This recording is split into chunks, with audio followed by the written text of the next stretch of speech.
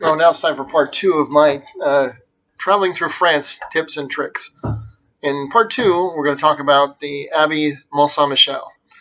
The websites for Mont Saint Michel are incredibly unhelpful, and even the locals were unable to provide additional information. So, if you're planning to go to Mont Saint Michel in northern France, it's currently in Normandy. Here's a few things about it that you should know that might help you have a better experience.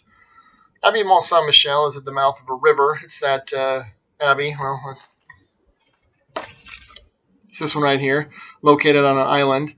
Where when the tide goes out, there's a little inlet there that you can drive. Yeah, this is the part where you should be able to drive up. You can see the buses right here at the bottom of this video or this picture here.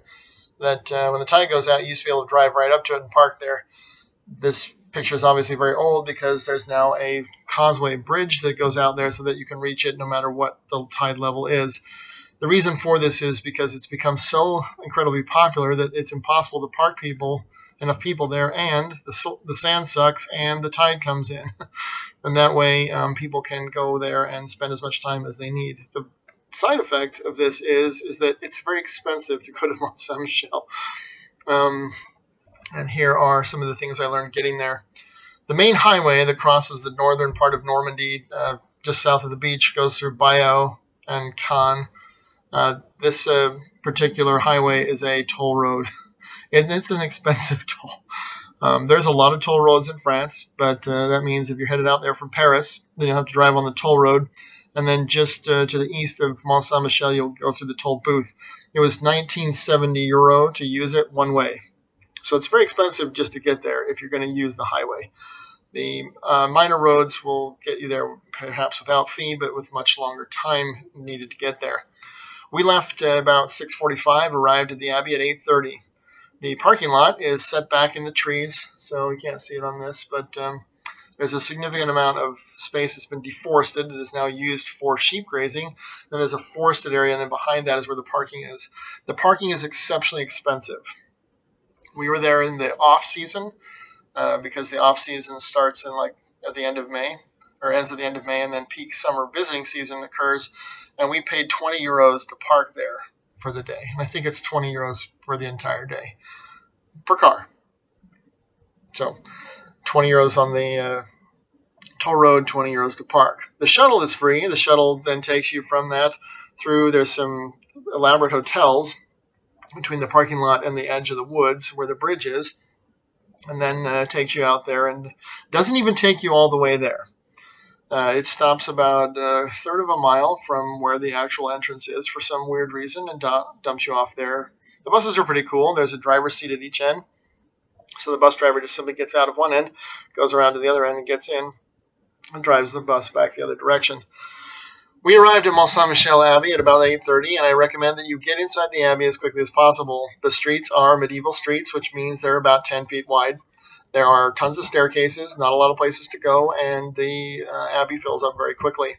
Contrary to popular belief, the Abbey is not free. It is €11 per person. You'll wind your way through the city. Then it's hard to get lost. Basically, everything comes together at the entrance to the Abbey, where there's a gift shop. Well, the entrance and the exit are in the same chamber. You go in and buy your ticket on this end, and then when you finish the tour, you'll come around the back end of this same long narrow chamber. And then you go in, show your ticket, and then you can wander around ad libitum through the Abbey. I recommend you get in there as quickly as possible because it makes for the best pictures when there's not a lot of people crammed in there. By the time we finished, because we went there and also stayed for Mass at about 1:30 in the afternoon, it was simply mobbed with people everywhere, which means that your photos don't look like this. They look like tourists all over in front of everything. So we finished the Abbey, the entire tour, in about 2 hours. This is with going back and looking at things. If you're going to buy souvenirs, the souvenirs inside the Abbey are no more expensive than the ones outside. There are some places where you can get things that are slightly cheaper, but it really doesn't matter where you get it. So if you want to browse the shop's opened after 8:30, so we had been through the Abbey already. That's why I bought this inside the Abbey. So this was a euro. But some of the places will have for 50 cents, but they have different shots, and every place has different things, and mostly it's a place to separate fools from their money. There's also some ersatz museums. They have nothing to do with the history of the island itself. They have to do with history of the time period during which the abbey was there. The very end of the tour, which you can actually see on this postcard, is why I kept it, is right here. This section here of the abbey has actually been damaged. The abbey was conscripted by the army during the French Revolution and was used as a prison. Most of the monks were either driven away or killed, and political prisoners were kept here. This section has been damaged. They did not talk about why. They do not know when it happened. I suspect it was damaged by the Republican soldiers during the Revolution. Long live the aristos. Death to the Republic. They damaged it, and so there's a lot of questions about the abbey. And of course, the monks that used to work here are not here anymore. The monks that are here are from the Order of Jerusalem, and they are not the original order who would have worked at the abbey. The abbey has a lot of places that are off limits because there are 12 monks and 12 nuns who work here. These monks and nuns have slightly different uniforms from other monks and nuns you may have seen. They wear light blue habits instead of the traditional black, which is important because if you want to go to Mass, here's my tips for Mass. Mass is about 12:15 every day. They hold it every day of the week for tourism purposes. As you wind your way up, just before you go up the stairs to go through the door into the abbey itself, there's this plaza with a cross and the crucifix and Jesus hanging on it. And at the time I was there were several informational placards there about beneficial works that the church is doing around the world. At about 12 o'clock, a nun will show up here with a stack of passes about this big, and they're or this deep. The passes are about this big. They're stickers, and ours, I think, were green. And you put that on yourself, and then when you go in, that will let the gate guards know that you're there for Mass. Then they let people in for free for that. This is the way to see the abbey for free, if you've heard that rumor, by going for Mass and removing the sticker and staying for the rest of the tour, because you go up this long entrance and into the church, and that's where Mass is. It's basically the beginning of the abbey tour. If you are just there for Mass and you have that afterwards, the nuns will watch for you and they will show you the shortcut to get out without having to wind your way all the way back through the abbey. Since we'd already been on the tour, that was not really appealing to us. Food there are options that are cheap. There are options that are expensive. It's got a nice view. There's not a lot to the island. We were there because we were there for Mass for about 5.5 hours. And then we walked back along the bridge because I wanted to do some stupid things like I want to do as a tourist. Also, as you get different distances away from it, the picture changes because of the foreground that you can see. So if you're heading to Mont Sant Michael, be prepared to spend a lot of money.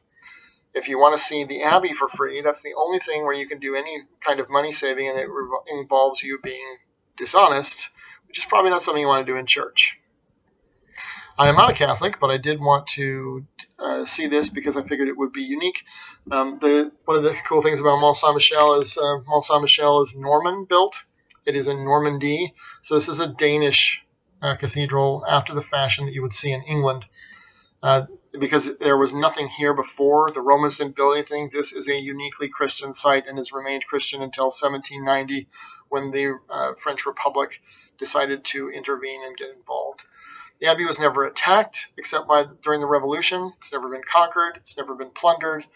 It is a really good example of architecture. It is, however, damaged and leaking, so there was extensive repair work being done on this section here. You can't see, there's no scaffolding in this photo, but the back section here, the meeting room and the adjoining rooms to the quarters, there's lots of water in there, which means the roof is leaking, and they're going to work on refurbishing that. There's a big placard on it, but it probably will not be finished in my lifetime.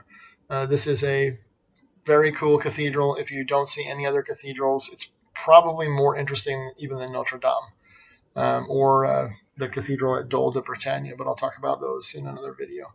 This was one of the key things I wanted to see. This is featured in some movies that I know, and it's a unique way to go and worship in France, to see the Norman way, the Normans who would invade England, their architectural style, and their form of church service, because this is the old Norman way and not the Church of England way, which is how most services are done in the UK today.